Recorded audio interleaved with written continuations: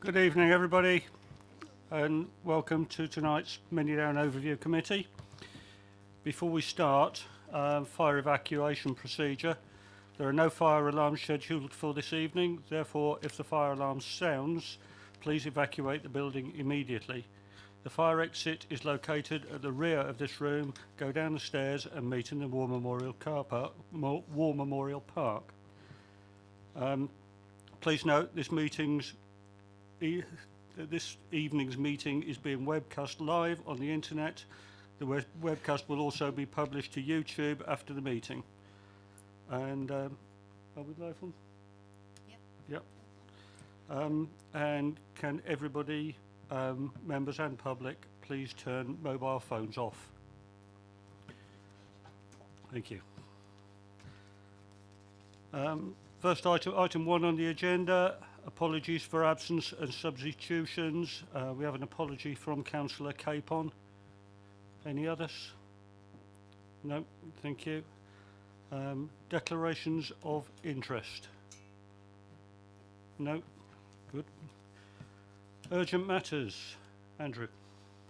Thank you, Chair. Just one item, which is apology to members regarding the hard copies of the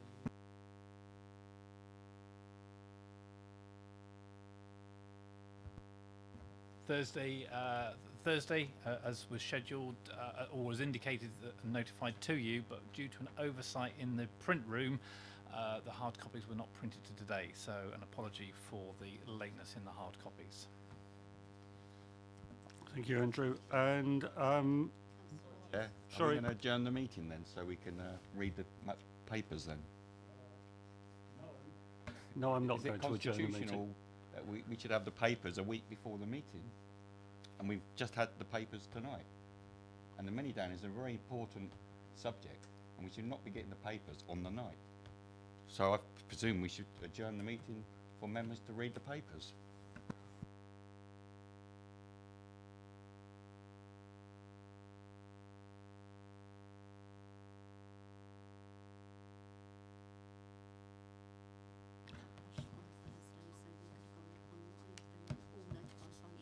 Right.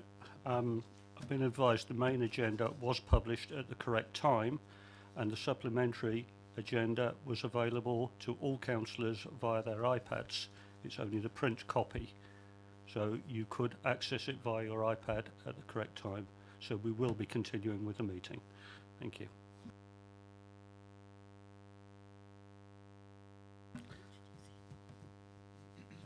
I would like to introduce Ian Boll, who is the new Executive Director of Borough Development and Deputy Chief Executive, and I believe he wants to say a few words. Thank you, Chair. So first of all, this is working day 12 for me, so still very much getting up to speed, and obviously my first mock as well. Just a tiny bit of background. My career to date predominantly has been in local government, but it's very much been highways and transport and major projects. I'm a civil engineer by background, and I think it'd be fair to say that the first 2 weeks here have been very much getting up to speed, particularly with regards to Manydown, where I'm very much aware of some of the background issues to it, and we have been going through those myself with Andrew's and team's support very much. To review where we are, to get me up to speed, and to navigate our way through this. I mean, it goes without saying that this is a very complex project.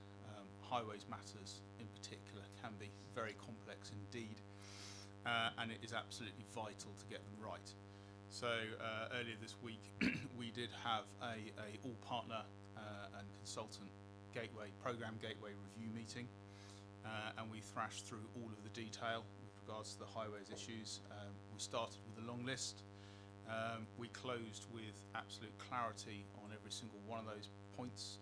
We have a strong and developed programme which we're working through at the moment, and that will take us through with absolute intent to hit a target date of a February committee next year.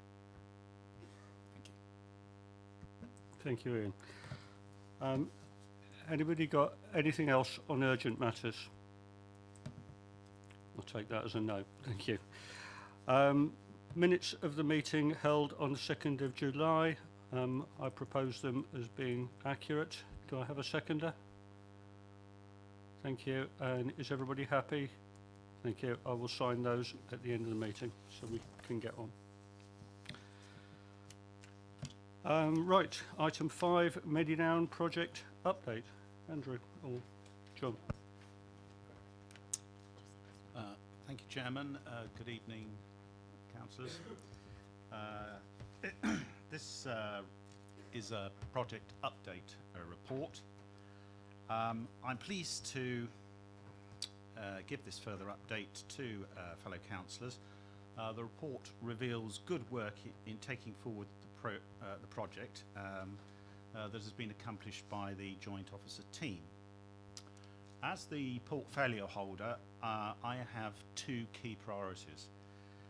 Firstly, at this stage of the project, appointing a private sector partner, and I'm pleased that, advised by officers, we are in the final stages of completing the contract with the selected private sector partner, but there's more on that in the in one of the following reports.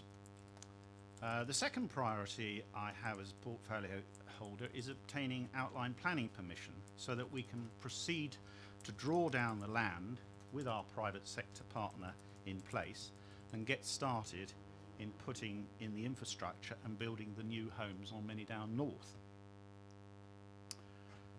I think you'll understand my concerns at the progress that's been made in recent times. It's been slow and very disappointing, and I'll be clear, frustrating. As our new Deputy Chief Executive has made clear, these are issues that are holding us up largely to do with highways, and are technical issues to do principally with the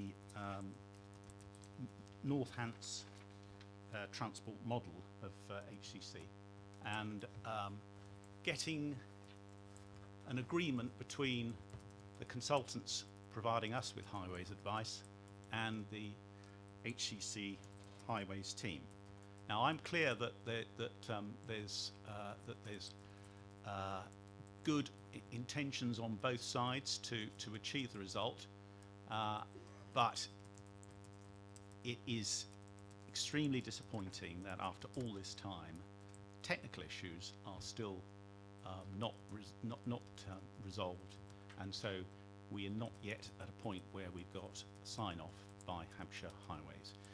Getting sign-off from Hampshire Highways is important. It's to a major development of this kind, and it would be most unusual for us not to have support from Hampshire Highways in going to our own Development Control Committee. So Ian and I have sat down and discussed this, and the leadership generally in the council is fully alive to these issues, and Ian understands the priority of resolving this, and I'm clear that because of his very relevant background and training, that he is the right person to help us sort this out.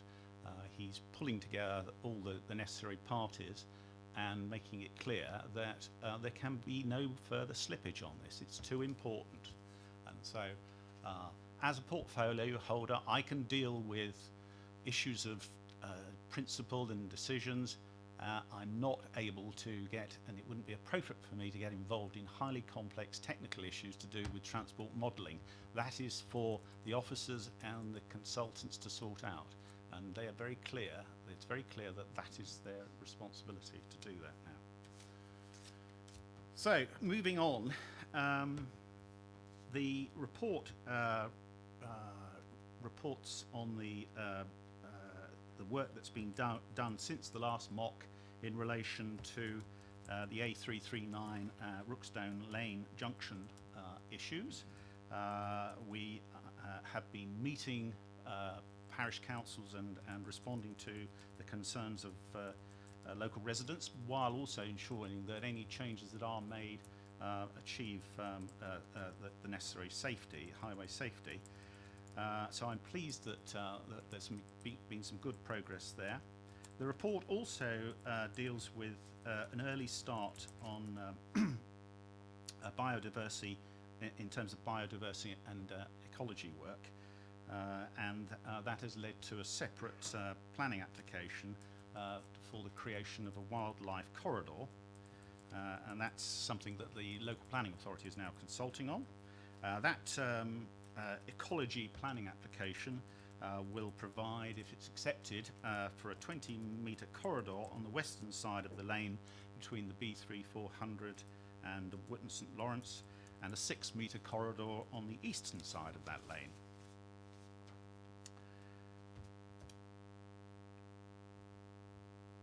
Rookstown residents, including Rookstown Parish Council and others, will be able to comment formally on these proposals when the local planning authority does its further round of consultations to the final update to the outline planning application. There's been good community engagement, I believe. The project team has attended parish council and community group meetings at Winklebury, Buckskin, Sherburn St John and Wotton St Lawrence during September, and I think there was also a meeting with Oakley Parish Council this month. Fact sheets will be made available on the Manydown project website, referencing these final updates to the outline planning application. That will provide information on the key issues that have been raised.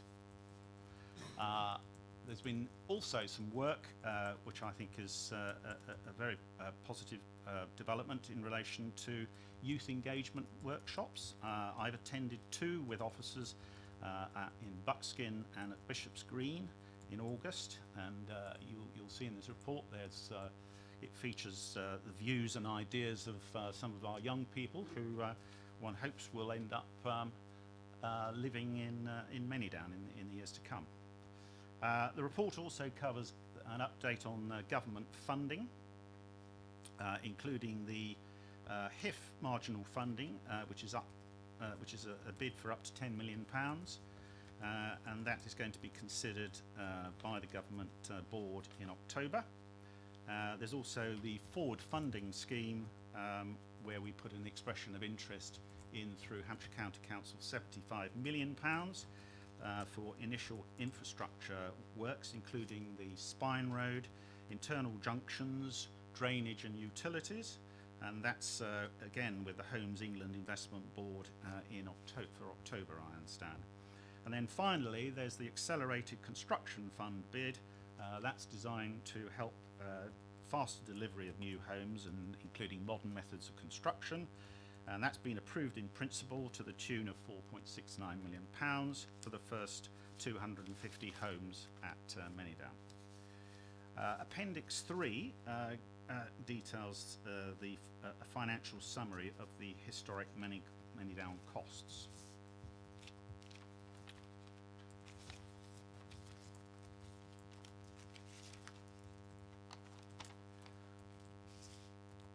And I think that is all I need to say on that section of the report. Thank you, Councillor Isaac. Andrew Reynolds. Thank you. Thank you, Chair. I think my colleague Ian Bollard has mentioned a number of the points around the application in terms of some of the detailed work that we have been undertaking recently, in particular around highways. I think I would just like to add, apart from the highways point, the outline application updates are complete and are sort of in a state of readiness to be submitted as soon as we have signed off the work around transport and highways. I think at the last meeting we also shared with you that we had brought alongside Urban and Civic, our preferred partner, to support the review around the delivery arrangements of those key junctions. I say that work has gone very well. They have their consultant team ACOM, who are also providing a critical friend to us in terms of some of the detail analysis. So that the team has been working hard, and again, bringing them up to speed has taken a bit of time in terms of the programme, so hence there's been the lengthening of the programme to accommodate that. But essentially, their skill and knowledge around the delivery side, for which has been key to this and why we selected them as our preferred partner, has been invaluable to moving the scheme forward. I think, as Ian has referenced, the need for us now in terms of the programme to close out those final points on the highway technical side is very clear. That programme has been set out so that it is delivered, or the updates are complete by the end of November, which will then allow a flow through into the formal statutory process. So very clear in terms of getting this resolved imminently, but clearly we have faced and will continue to face challenges around highways as it is detail and technical in terms of the impact across the network. Thank you. We're just about to move into questions from the public. Something I would like to point out, Peter Colnut from Hampshire County Council let us know at the last minute he's unable to attend, which is going to make it possibly very difficult for us to answer questions on education. But if you'd still like to ask the question, we'll get a response back to you as soon as we can. So if I could ask Mr. Peters to come forward and take the seat. You have 2 minutes, and you need to press the button on the microphone in front of you. Thank you.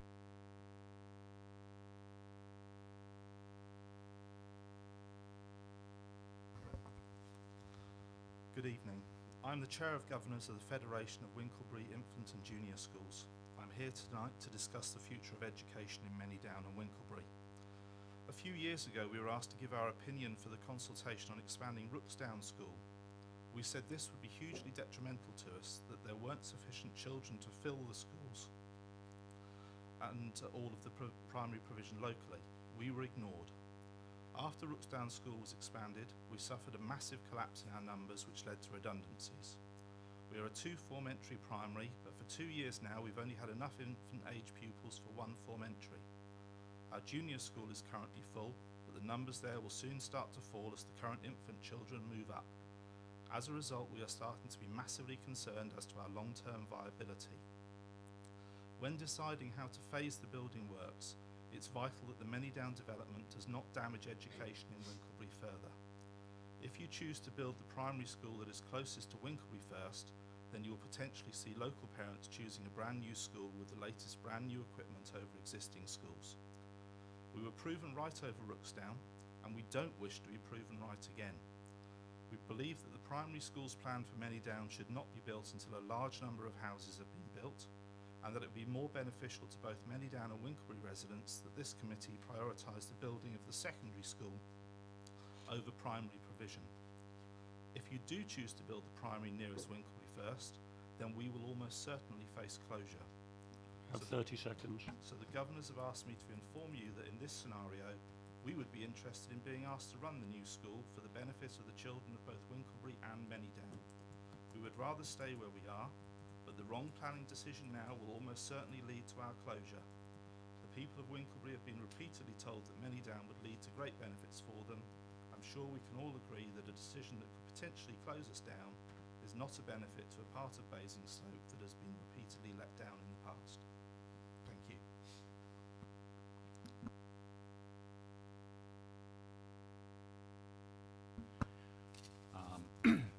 I'd like to thank you very much, sir, for coming in and expressing those views.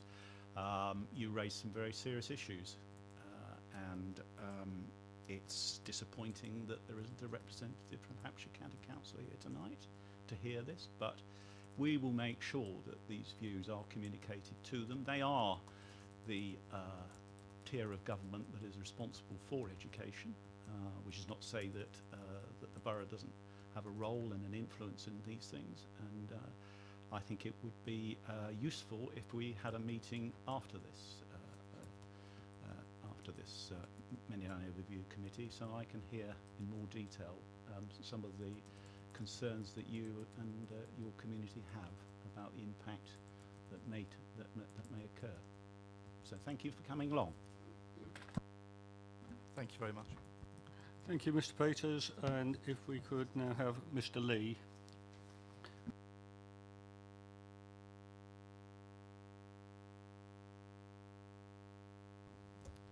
Thank you, Mr. Chair. I've got 2 points that I want to cover, and I'll try and get it in the 2 minutes. The first is regarding the climate change emergency that was announced recently. I note that whilst there is a small reference to it within the report, it is not apparent how serious the Council and the Manydown project team are taking this emergency, what impact it will have, and if there will be any changes to the plan. The Cabinet Member for Environment and Enforcement recently said that the Council cannot be complacent, yet with the announcement being made over 2 months ago, there seems to be little by way of an update as to how the development intends to respond to that emergency and whether there needs to be any further consultations. I put this to residents of Winklebury, and they noted that they would like to see initiatives such as homes being fitted with renewable energy sources from the outset, something that may not have been raised originally. I note that there are intentions to use Garden Town principles at Manydown, which is a start, but can the Council confirm if there are practical guides that are produced alongside these principles that show what opportunities ambitious councils can take will also be used during all development phases? Making an effort to be zero carbon during the development is one thing, but these very guides advise that developments should be exemplars of zero carbon and be energy positive from the outset. The second point I would like to address relates to Appendix 1, as I was able to attend one of the Manydown project team updates. An answer to one question asked by a parish councillor raised some concerns about the delivery of the secondary school. And it was established that whilst there is a commitment to providing the land to build on the school, there is no guarantee as to when or even if it will be built at all, as this decision lies outside of the council's responsibility. Residents of Winklebury have highlighted that the plans seem to be geared towards new primary schools, which they say they do not currently need. There is at least 4 schools in the immediate area with currently more than enough primary school spaces. What they do not have, but desperately need, is that secondary school. By not pressing the importance of a secondary school, and due to the closure of Fort Hill, the council are asking future residents to send their children on long journeys around the borough. Do they consider this an acceptable position? Linking back to the climate change emergency, it would again be complacent not to have a local school, as it would encourage more vehicle use. I hope that moving forward that there will be some more detail. Wind up. I am, yeah. I hope that moving forward there'll be some more detail to how the Manydown team intend to respond to the climate emergency, and I also hope that the council will fight for that secondary school that so many residents are asking for. Thank you, Mr. Chair.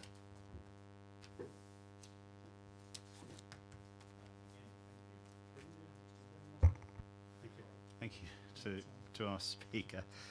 I'm absolutely clear about the commitment that this council, all council members have made in terms of the climate emergency and the special responsibility we have as a council, as joint developers of Manydown, to ensure that we're up to the mark when it comes to delivering the new homes at Manydown. So let me absolutely confirm our serious intent in that respect, and officers understand that fully.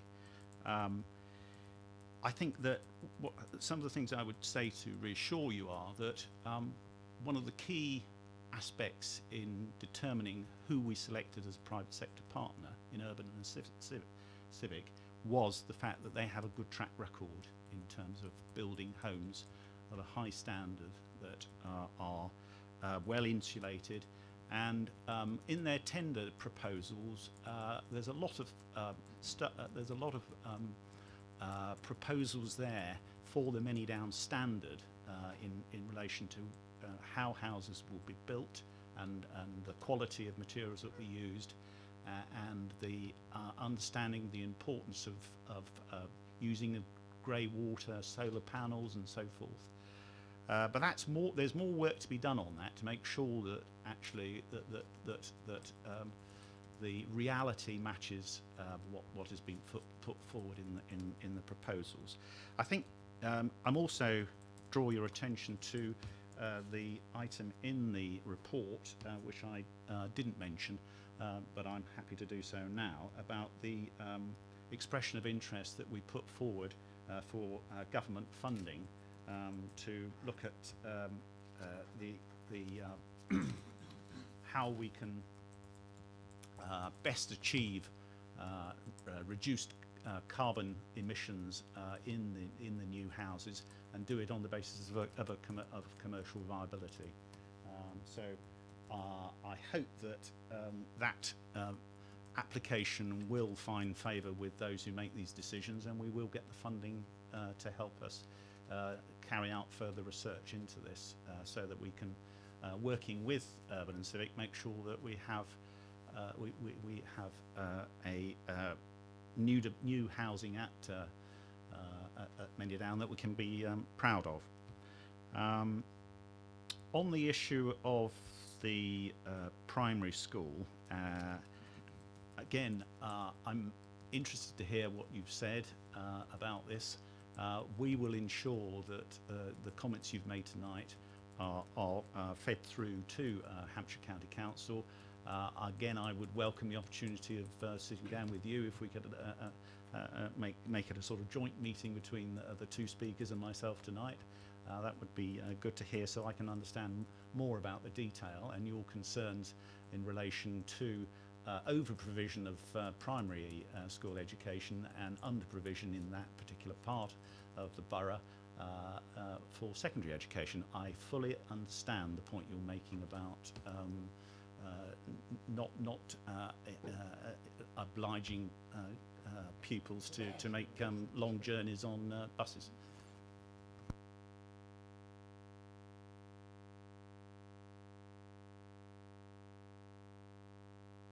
Barry, sorry. I would be really interested in attending that meeting as well, and I'm probably sure Andrew Freeman would as well, if possible. I'd be delighted to have you alongside. Lovely, thank you. Thank you. I don't think we've got any visiting councillors registered to speak, so questions from the members of the committee. Thank you, Chair. Sorry, is it Mr. Lee? No, not at all. It wasn't actually a question for yourself. I was just going to say thank you very much for raising that point, because it was actually something that I've been discussing recently. I've discussed it with Councillor Isaac actually on Monday night, because I have a personal ambition to actually make Manydown carbon positive rather than just carbon neutral, but clearly there's a long way to go before we can actually say that we're going to be able to achieve that. But one thing I would like to ask or propose, I don't know which is the right way to go. On page 25 of the supplemental reports, we have our key performance indicators. There's a lot about delivery of schools. There's mention, as Mr. Lee said, about the Manydown Standard and Design Code. I would like to see one of our KRIs or KPIs, whatever we want to call it, as being our commitment to carbon neutrality or carbon reduction.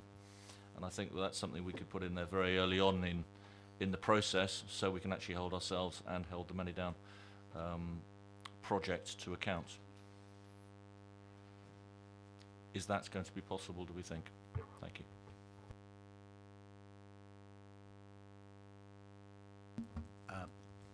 I was looking at the the relevant section, so would you mind repeating that so I can make sure that I give you an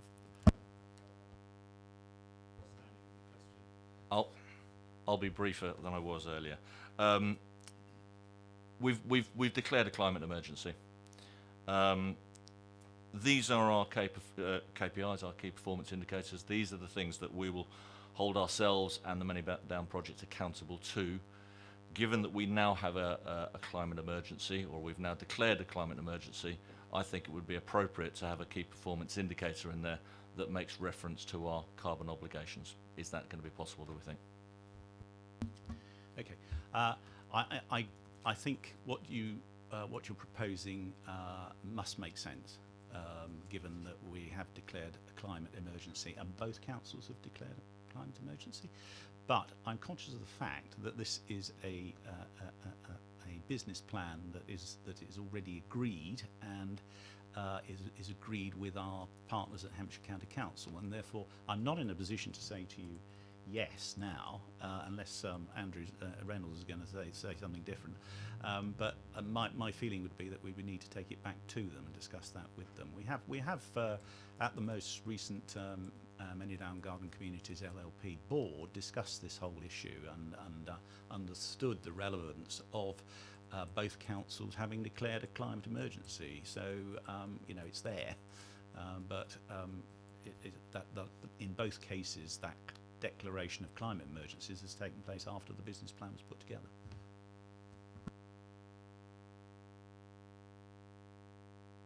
Just going to add and to remind Councillor Isaac that yes, it was discussed at the board, but as chair and as the board at the MG Manydown Garden Community LLP asked for was to officers to look into this. So whilst it's fairly fresh and new in terms of where both councils have declared, in terms of the Manydown project, officers have taken this away. I mean, it is part of a work stream, but we will be bringing commentary back in due course. So, point noted, and we'll come back to you on it. Okay. Councillor Harvey. Thank you, Chair. Just on that point first, I know we embraced Garden Village, Garden Town principles in the whole run-up of bringing urban and civic on in the direction of travel we set. So those are pretty green to start with in terms of their own ambitions. So that's a good starting point, I think, for agreeing with Councillor Mahaffey of some of the standards we've already set that we would want to see incorporated and are looking for in the business plan. And you've already said yourselves that that's what you're looking to incorporate. In challenging ourselves, there would be 3 KPIs specifically I would be looking for. One would be around the carbon positive point. I think that's key, and we could do that ourselves, run that through performance panel for our own benefit as our own authority, to give some confidence in that regard. Even if we can't fit it out with the county or fit it out with urban and civic, we could at least in our own context as a borough be confident of what we're trying to achieve. I'd also add biodiversity gain to that in the sense of actually seeing the land use and the way it would be used as a biodiversity gain, not a negative. And finally, usable open space, usable green space. If we're embracing Garden Village principles, I would want to see those ideas around pedestrian cycle, the way the car is used, the way the car operates on site, in terms of some of those Garden Village principles incorporated similarly. So 3 specific areas for KPIs perhaps. In terms of the education point, I think the phasing element is absolutely critical in this regard. Building a brand new primary school within the first few years of Manydown is clearly going to cause significant issues for existing schools and the school places as we've heard described. So the timing and the notion of when development comes forward and when it is triggered. But I respect the point, and this is the difficulty, would you not agree? While we could provide the land as the LPA and as the landowner in the context of the work we do, it's going to be in the gift of the county to decide when it chooses to build those schools. And the problem is, and I guess this is disappointing, and they may well have good reasons for not being here this evening, and I wouldn't want to second guess why the officer in question isn't here. He may have a perfectly good reason for not being here. But the lack of engagement with us directly here in this council by county, you might be having all the conversations, that's great, but we as members and the public aren't seeing that side of it, I don't think. And while we might have confidence in the things that you're doing, when it comes to the schools, we're going to have confidence in the things county are doing, and they're not giving us that confidence at the moment. So there is a question mark to be filled, and I don't know how we fill that. That's one perhaps we can work on together. The other final point is, if we're talking about this, the issue of transit becomes really important because it's already a critical issue on Winkleberry in terms of school transport and parents already having to ship children halfway across the town to the other side of town, let alone then having to turn around, as it were, and trying to take their children to the Manydown estate and then Winkleberry. There's a whole range of issues that are unpacked on this that I think we need to be aware of as a borough and not just leave to county. Thank you. Do we have any more questions to the officers? Any more debate? Fine. Yep. Thank you. Thank you, Councillor Harvey. Delighted to be able to agree with so much of what you've put forward there. Yes. On the biodiversity gain, absolutely. And in fact, it is written into the NPPF that we now need to be able to demonstrate biodiversity gain, not just no harm. And so that is a key priority for us. I agree entirely about usable green spaces. We've got lots of green spaces, too many in the borough, I think, that aren't particularly usable, and so we don't want to repeat those errors of the past. On education, about timing of a new primary school at Manydown, and also in relation to some of these transit issues. As you say, it's really ultimately the decision of Hampshire County Council on this, and I think what we could do, because there wasn't a reason given for the representative of Hampshire County Council not attending tonight. I think, in fairness to them, what we should do is invite them to come along to the next meeting, and I would very much hope that, given the interest of this committee and also the attendance from residents, that we can fulfil that. Oh, just one other thing, sorry. On the carbon positive suggestion, I think, again, we're in partnership not only with Hampshire County Council but also Urban and Civic, and you know, the nature of partnership working must be that we have to work with them, and we're going to be much more powerful if it's a joint agreement to these things. But I get what you're saying. Thank you. Do we have anybody else anything to say on this, on item 5? Councillor Watts.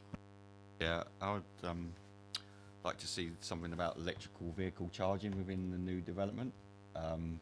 I had a request over the weekend from somebody within Southam, and I know the borough is in no position at the moment, or the county, but looking forward to a new development in a few years' time, I'd hope technologies and our strategy and our working partnership with Hampshire would bit of an echo there, would bring this forward as a very important item, because as we go forward, where electrical vehicles will become more prominent within the area, we should have more charging points within our estates. So that was something I like to get down on the agenda. The county, I mean, they should be bending backwards basically for the Winkelbury residents. They've let them down. The Tory council let down Hampshire Winkelbury residents. Currently, there's no provision for school transport to Cranbourne School. That budget is actually coming out of the Cranbourne School budget. We're in negotiations at the moment in Southam, because we have a bus which is funded, looking at to extend that bus out to Winkelbury. So we would have to make sacrifices in Southam for less buses to accommodate the poor kids of Winkelbury, where they've been let down so bad by the Tory County Council. So I think, and it's all across Basingstoke. I mean, where the provision of schools isn't adequate. When you look at the west of Basingstoke, where we've had Handsome Fields, is now starting. We have Kennel Farm, which is up, and they have no primary provision over there at the moment. And then the kids there are actually going to schools in Southam. So we talk about carbon, climate change, and they have to make journeys of 4 or 5 miles to get to school. So it's absolutely ridiculous. So I think it's imperative of this council to get the county on board and look at this holistically, not just in Manydown, but across the whole borough. Thank you. Yeah. Anybody else wish to speak? Following up on that point, just to say, with the transport for the children for Cranbourne, it definitely needs looking at, because 17 children got left behind last week. So they were left up the school, up where they meet sort of by the old Fort Hill site. The school bus went without them. So, you know, there's also the issue there that then their parents are, you know, obviously dropping them off in good faith, thinking that they're going to school. They're left behind. The children, there wasn't anything sent back for the children, so had to make their own way there. So some of them were walking, some of them were getting the bus, and some of them had to rely on parents, which is really, you know, it's not acceptable to be expecting, especially, you know, year 7 children to be doing that walk. So it would, yeah, be really appreciated if they can, you know, look at this. Thank you. Yes, to my fellow councillors. You're raising some serious issues here. I'll take them back to discuss with the leadership of the council, but also I think, given the critical role that the county has in this, it just re-emphasises the need to invite a representative who can speak for Hampshire on education and some of these issues to come to our next meeting. Thank you. Roughly to sum up on what we've discussed, we note the concern over the damage to the Winklebury School, that we would like to see considerable input on renewable energy sources, commitment to carbon neutral, to building standards, and to the environment emergency, to open space. One thing I had already written down was car charge facilities. That's something I think we do need. We need to take serious note of the KPIs and make sure we stick to them, and considerable concern around transit for education and the phasing of the educational facilities. Is everybody happy with that as a reasonable sum up of what we've discussed? Good. So thank you for the report. We note it. Right, Manydown Southern report.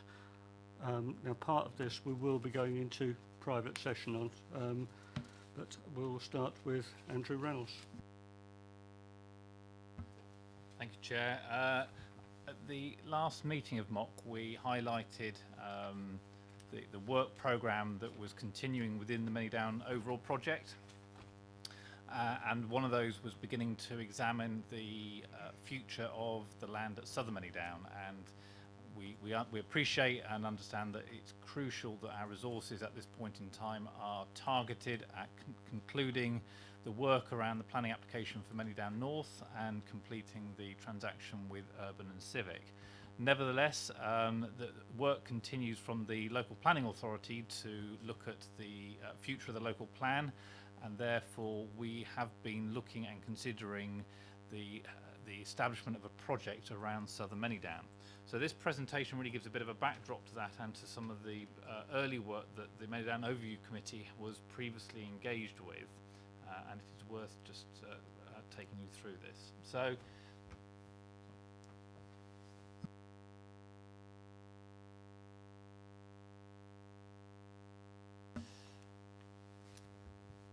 as MOC, some of you are new members to MOC, and therefore this goes back to 2015 when work was undertaken through securing Garden Town Capacity Fund money. And this was very much looking at Manydown in the whole, looking at the infrastructure across Manydown and how over 2 or perhaps 3 local plan periods the council plans strategically. And that's really crucial because issues of this scale cannot be done in isolation. We have to look at the larger picture rather than the smaller picture. And so this work was led by the councils and the M3 Local Enterprise Partnership, having secured that resource, and we continue to secure that resource, as Councillor Isaac has referred to, in terms of capacity fund money, and that's been crucial. And this has been to look at the scope and future provision of, for example, affordable housing, how the transport operates strategically, and the improvements, looking at schools and employment, jobs, community amenities, those key issues along the western side, but they are high level. They've not been detailed technical works. This is looking at conceptually about what should be needed over those planned periods. So the master planning has focused around infrastructure studies, and we look at that in terms of how do we connect the green spaces between North Manydown and South Manydown, for example. What are the land constraints across South Manydown that would determine what we need to do with it? How do we look at the connectivity between the 2 sites, knowing that we have a railway crossing in between? So those sorts of issues have been key to not just Manydown North and the current application, but for the southern part as well. So just to give a reflection around some of those capacity studies, and so this sort of gives an outcome. And what's been important around those key outcomes has been how we've informed the current application in the work, certainly around affordable housing, the development of the draft Basingstoke, it's not a draft now, it is a Basingstoke transport strategy that has been developed, and looking at the higher concepts around, say, that key infrastructure. How do we connect the wider network in terms of transport? How do we look at adjacent sites? And again, we expressed at last meeting the work we were doing with a neighbouring landowner called the Society of Merchant Venturers. And that's been key in terms of just thinking through some of that work. And say the diagram sort of sets out some of those key works. As I said, the key outcomes have been shared. So in terms of promoting Southern Manydown, I think this is important for the project to understand, whereas with Manydown North we promoted and went straight into an outline planning application process, which we are in at the moment. The work around Manydown South is about just the promotion work towards the local plan. So this is not about trying to develop an outline planning application, it's not trying to look at detail, this is high level in the way that we want to take it forward. And I think it's important that we, as we take it forward, that it is an infrastructure-led promotion, that we look at the transport, because transport is key to the western part of Basingstoke, how we look at the health infrastructure, we know there are a number of issues around health. The green and blue infrastructure, we know there are opportunities around how we work with creating the urban environment that works up against the rural environment. And absolutely central to this will be around energy and how do we look at those sustainable sources. So the project needs to evolve and to embrace those key issues as it begins to move forward. So the proposal that we're working forwards in preparing a paper that will be considered by the Manydown Executive Committee that will be based on the presentation this evening. It's looking to achieve or set out the objectives around the project, which is preparing the land for promotion as part of Southern Manydown for inclusion in the local plan. The new local plan, yes. Looking at investigating how Southern Manydown can achieve carbon neutral, and there's been conversations today, and I think in terms of how technology moves forward, how we respond as both councils, as landowners to the climate change emergency that's been put down.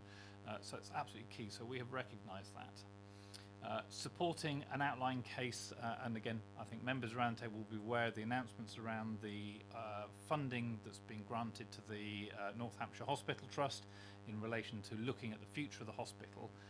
And the conversations that have been happening around the future of that. So this is about also recognising, again, you'll be aware that in the past there is an extent planning application for a critical care unit on the southern part of Manydown. That's not about where the future of the hospital will necessarily rest, but clearly there are commentators around that will view where the future of any new hospital could be. And therefore it's important for us to have, as landowners, recognition for consideration around that particular issue. So in establishing the project, we're working through quite a detailed project initiation document, what a multidisciplinary team would look like in terms of our consultant team that will support the professional and technical advice. Key to this will be, as we have done with Manydown North, is the community and stakeholder engagement. And again, I think at the last meeting we introduced our engagement and communication officer, and the council's been keen to bolster the resources around this as we see this as a really key issue in terms of the ongoing engagement with communities in terms of the future development of Manydown. And then putting in place the governance arrangements and joint working arrangements that allow us to take this forward, because key to this is that we don't do this in isolation. We have Hampshire as the other landowner, but the other key partner around this is Hampshire Highways in their strategic form, and how we work with them looking at the highway components, in particular what I would call movement and connectivity, because in 2050 when we would see some form of development happening, ultimately the movement type corridors will be very different to what our traditional transport is at this point in time. So how do we reflect that? So it's an opportunity for us to think through what that might look like. So what is likely to happen and what will come back through the Manydown Overview Committee, that we will have a series of work streams that will begin to explore those areas, and as they become in more detailed, we will have engagement sessions that will include members.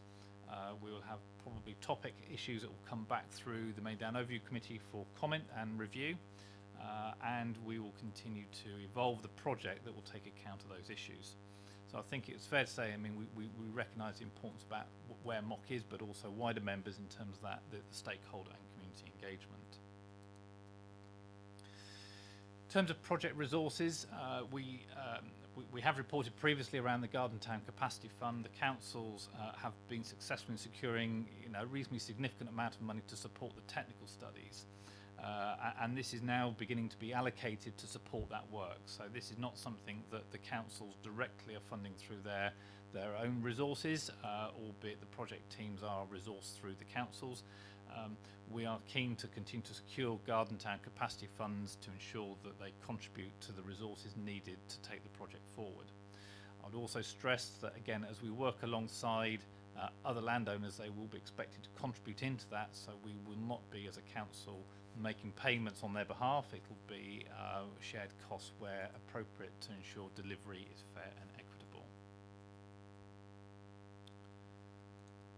So just in terms of next steps in this particular point, so subject to any comments coming through from councillors, we would be taking forward a report based on the presentation for agreement with the next Manydown Executive Committee on the 12th of November to establish this as a project, because it's not formally a project at this point in time, and then to continue to provide, as we have done with Manydown North, updates to Manydown Overview Committee. I'll pause there, Chairman, where we in this public session, because the next couple of slides just move us into a private, into confidential session. Thank you for that. Councillor Isaac, my apologies, I should have brought you in first. Have you anything you wish to add? Thank you, Chairman. No, I think I was only going to make a very short introduction, so it was you won't have missed anything. We're going to questions on what we've heard so far, and if you don't mind, I'm going to start it off and show my ignorance. I have never heard of the phrase blue infrastructure. Could somebody please talk me around through that? Apologies if you don't understand that. It is the water. So green is the ecology, blue is the water. So how do we deal with the both sort of supply of water in terms of servicing the development, the extraction of water, and more importantly the swales, how we deal with groundwater, surface water and discharge. Anybody else questions on what we've heard so far? Debate? In that case, if everybody's happy, we'll move into private session. So I will have to ask all the public to leave, and we will turn the webcast.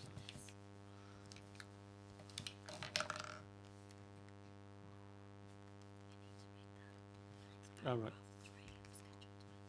I need this one. Right.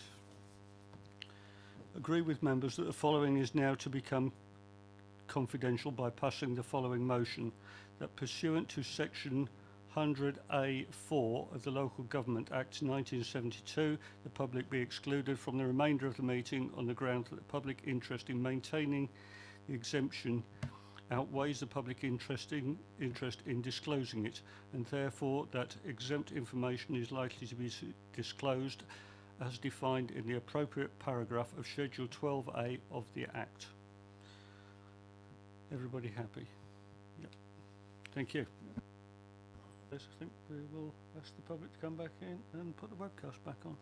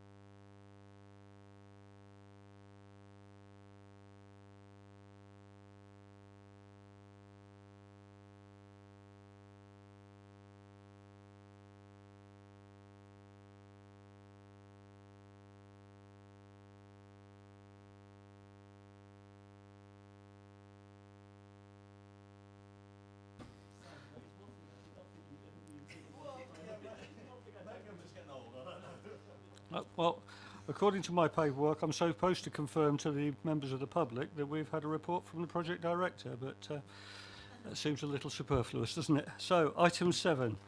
I'll get it the right way round this time. Councillor Isaac. Thank you, Chairman. This is an update on governance and procurement. As I said in my introductory remarks, I'm pleased to say that we are coming to the end of a lengthy and complicated procurement process to appoint the private sector partner. And I understand that we're looking at a timetable of next month for completion of the contract documentation. I hope that's going to be fulfilled.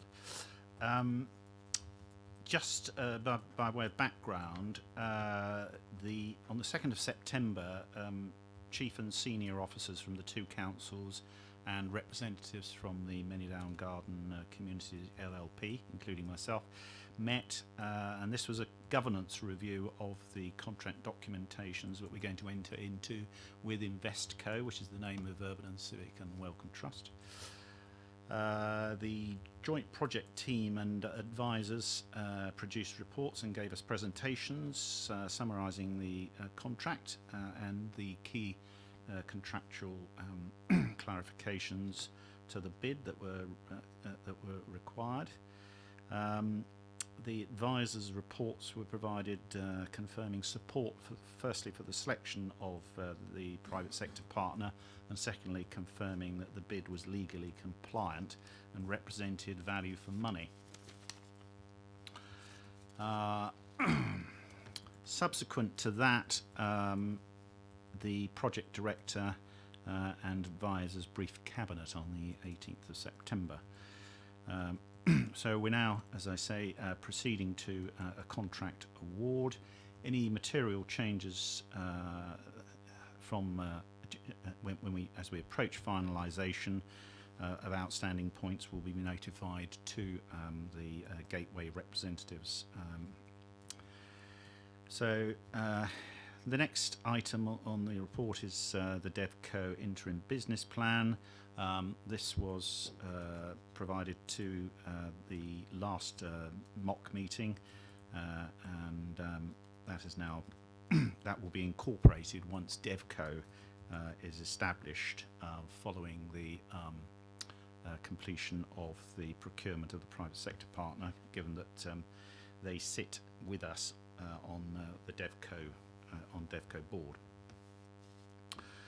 Just an update on the Manydown Garden Communities LLP board. That board has been meeting regularly since its inception in September 2018. Some of the work that's most notably been going on is a service level agreement whereby the 2 councils provide resources, officer resources, to the board on the basis of a pre-agreed service level agreement with costs and so forth. And also there's been a drawdown by the board of the first loan tranche from the 2 councils to help us meet the operational expenditure of the Manydown Garden Communities operation.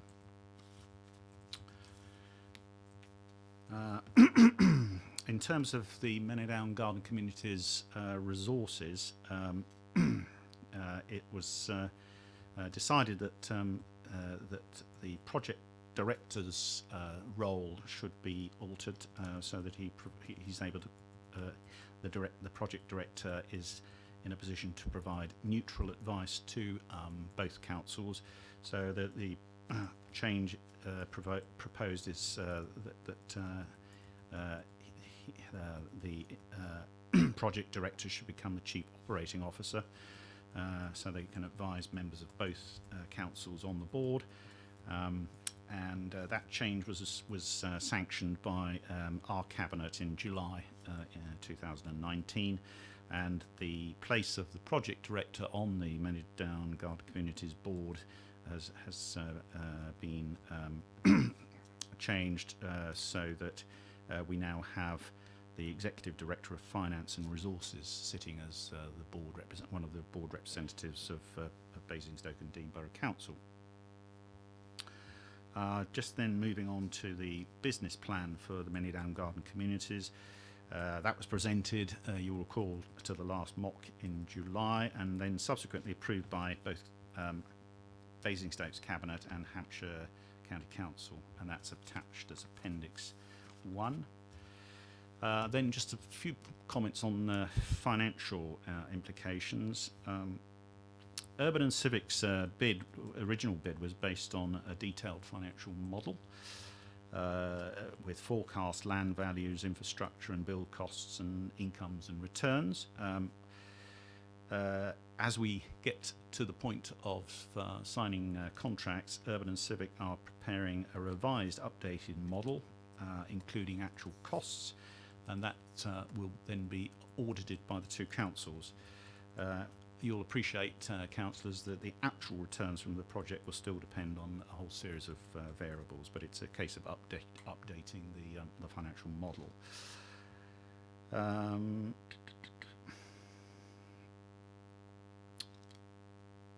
And also working capital, cash flow and funding requirements of delivery via DevCo's agreed business plan.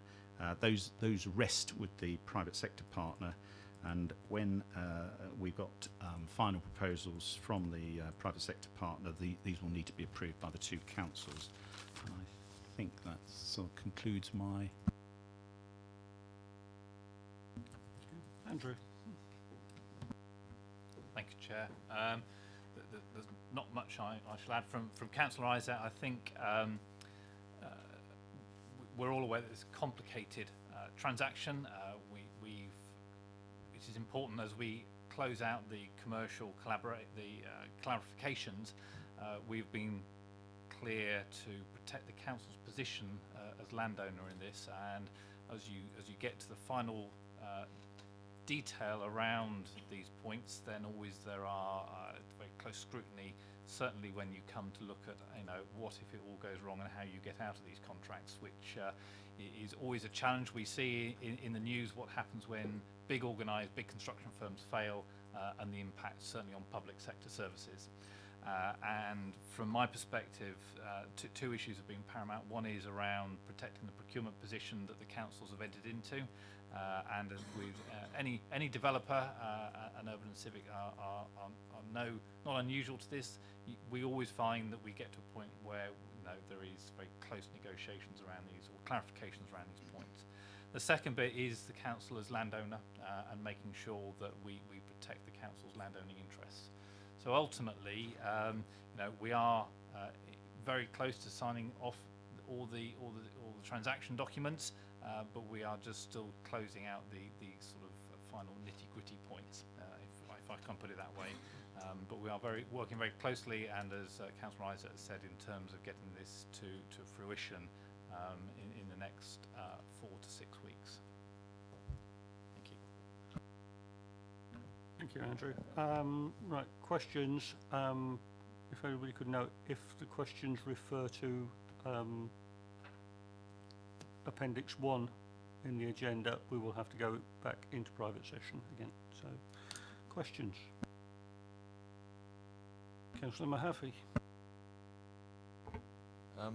For my day job, I work in insurance, so when somebody starts talking about major projects going horrifically wrong, I always get very nervous.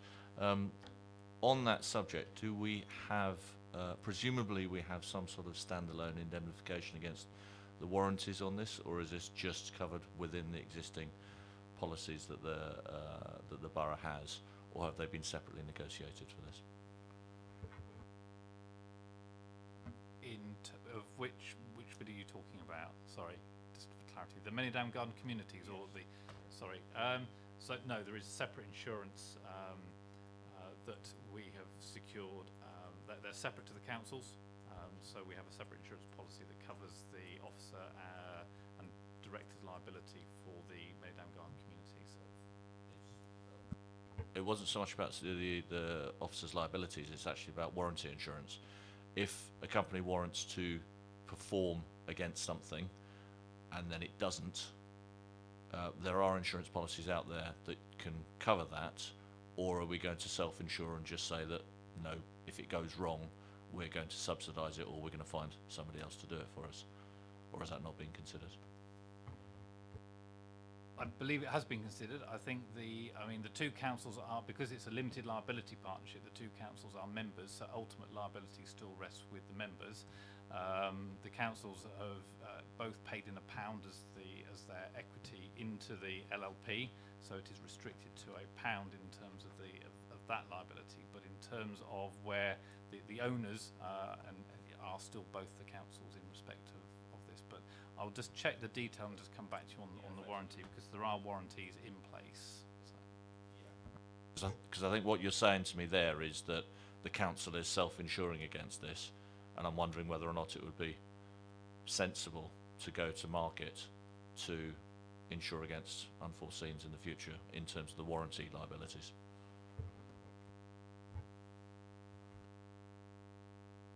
I think the other, in terms of the Manydown Garden Community, it won't be doing the actual development, so the development will be conducted through the development vehicle, so that is where there will be separate insurances and warranties, and we have a parent guarantee through Urban and Civic, through the transactional documents. So I think we will just separate out and try and identify where the responsibilities lie, so we give that assurance back to the committee.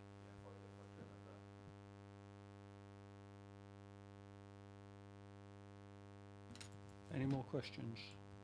No questions? Any debate? Anybody for debate? No? That's good.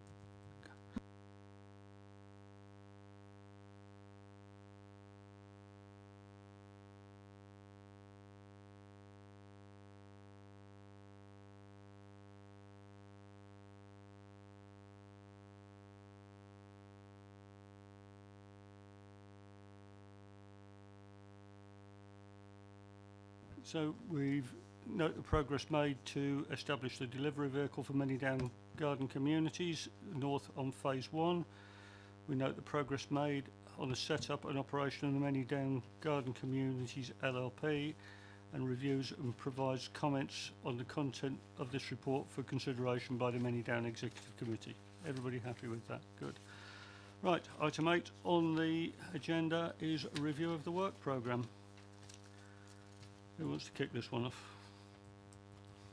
I think we'll just invite any comments, Chair. I mean, it is a sort of a rolling programme of work. I think we set out this evening again, you know, this will continue to evolve as part of the work with the Manydown Overview Committee. If there are any items that members would like to see that we've not included, then obviously we can take reference to those, but equally we will continue to update that on a quarterly cycle. Go ahead. Thanks, Chair. Just thinking in terms of the March meeting, if the intention is that the application goes to DC in the February sort of time, would it be worth having a contingency at least on the agenda for a wash-up at this meeting after it all, if there are any particular points that fall out that are relevant to the mock, rather than leaving it having to put something on the agenda? If we've got it on the agenda now, at least we can wash up if it goes in February, as we all hope it will.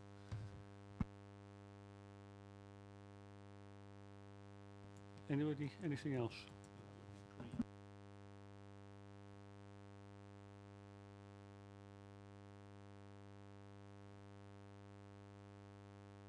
Yeah, if we can look at the insurance issue raised by Councillor Mahaffey, and the other thing is particularly raised by Councillor Watts, the situation regarding charging for electric vehicles, because as I understand it, that needs to be in right at the beginning, because you need the capacity to get the electricity to the site as well as to distribute it once it's on the site. You know, it's not just a matter of putting the points in. I think, as far as I'm concerned, is that it? Anybody got anything else to raise? In that case, Councillor Gaskell. Have we added an invite to county for next meeting? We certainly will be adding an invite to county for education. Exactly whether that will be the next meeting or not, I don't know, but we will. It's something we will be doing in the near future. In that case, 8 o'clock, meeting closed. Thank you very much, everybody.